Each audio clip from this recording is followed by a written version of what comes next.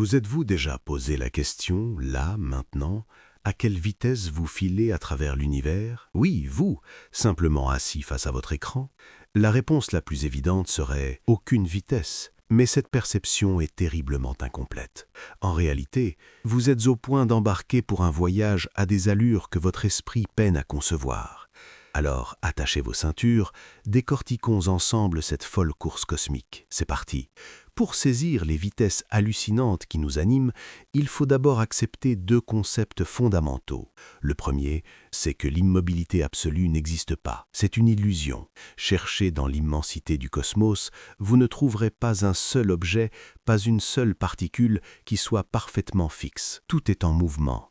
Le second concept, tout aussi crucial, c'est que tout mouvement est relatif. Il n'a de sens que par rapport à un autre point, un référentiel. L'exemple le plus simple, imaginez-vous en train de doubler un piéton depuis votre voiture. De son point de vue, vous êtes une flèche de métal filant à 50 km/h. Mais depuis votre siège, vous êtes parfaitement immobile. C'est le paysage, le piéton qui semble défiler en sens inverse. Pourquoi cette sensation ? Parce que tout à l'intérieur de l'habitacle, vous, les sièges, l'air que vous respirez, se déplace comme un seul bloc, à la même vitesse. Vous ne ressentez le mouvement que lors d'une accélération ou d'un freinage, quand l'inertie vous rappelle brutalement à l'ordre. C'est exactement pour cette raison que nous ne sentons pas la Terre tournoyer. Nous sommes comme les passagers de cette voiture. L'atmosphère, les océans, les continents et nous-mêmes sommes entraînés dans une seule et même valse, solidement ancrée par la gravité. C'est la réponse la plus simple à ceux qui se demandent pourquoi un avion ne peut pas juste décoller et attendre que sa destination vienne à lui. L'avion est déjà pris dans le mouvement de la Terre et il doit générer sa propre vitesse par rapport à l'air ambiant qui lui-même tourne avec la planète. Maintenant que ces bases sont posées, accrochez-vous. La surface de la Terre à l'équateur file à environ 1674 km/h, une vitesse supersonique. Si la planète freinait ne serait-ce qu'un instant, la force de l'inertie nous éjecterait vers l'est avec la violence d'une explosion planétaire. Inutile de préciser les conséquences. Pourtant, notre planète était autrefois bien plus rapide. Il y a 4,5 milliards d'années, juste après sa naissance chaotique, une journée ne durait que 6 heures. La rotation était 4 fois plus véloce. Ce qui l'a freinée, principalement la Lune.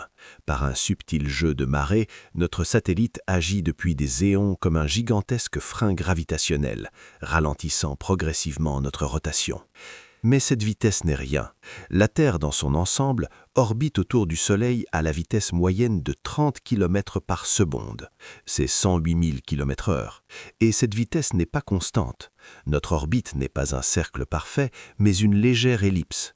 Quand nous sommes au plus loin du Soleil, à l'aphélie, notre vitesse chute à 29,27 km par seconde. Quand nous sommes au plus près, au périhélie, nous accélérons à 30,27 km par seconde, comme une fronde cosmique. Pensez aux comètes lointaines pour visualiser l'extrême de ce concept.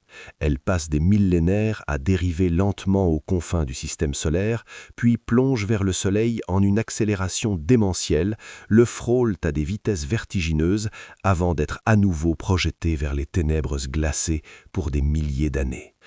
La prochaine étape de notre voyage nous emmène plus loin, car notre Soleil, cette étoile qui nous semble si stable, est lui-même un voyageur. Il n'est qu'une des centaines de milliards d'étoiles de notre galaxie, la Voie lactée, et comme toutes les autres, il est en orbite. Au cœur de ce balai stellaire se trouve un monstre, Sagittarius Asterisk, un trou noir supermassif de plus de 4 millions de masses solaires. Cependant, la galaxie n'est pas une version géante de notre système solaire. Ici, la masse du trou noir central, bien que colossale, est infime comparée à la masse combinée des milliards d'étoiles, du gaz et de la poussière qui l'entourent. Le Soleil n'est donc pas simplement attiré par le centre, mais il est tiré et poussé par la gravité de tout ce qui l'entoure, y compris la mystérieuse matière noire dans un immense tourbillon galactique. À quelle vitesse ? Les estimations actuelles placent notre Soleil à environ 230 km par seconde dans sa course autour de la galaxie. Un tour complet, une année galactique, nous prend environ 250 millions d'années. Pour vous donner une idée, la dernière fois que notre système solaire était à la même position dans la galaxie, les dinosaures régnaient en maîtres sur une Terre méconnaissable. Et ce n'est pas fini. La galaxie elle-même n'est pas immobile, elle tombe. Notre galaxie entière, ainsi que nos voisines du groupe local, est en train de se rapprocher de la galaxie d'Andromède, à environ 110 km par seconde, préparant une fusion titanique qui n'aura lieu que dans plusieurs milliards d'années. Plus encore, notre groupe de galaxies est lui-même emporté, comme une feuille dans un courant, vers une concentration de matière encore plus vaste, appelée le Grand Attracteur, à la vitesse hallucinante de 600 km par seconde. Alors oui, pendant que vous regardez cette vidéo, vous êtes en réalité un passager cosmique, tournoyant sur vous-même à plus de 1600 km/h, orbitant le Soleil à 108 000 km/h, spiralant autour de la galaxie à 828 000 km/h et traversant l'univers à plus de 2 millions de km/h. Vous n'êtes pas immobile, vous êtes en plein voyage. J'espère que cette perspective vous a donné le vertige.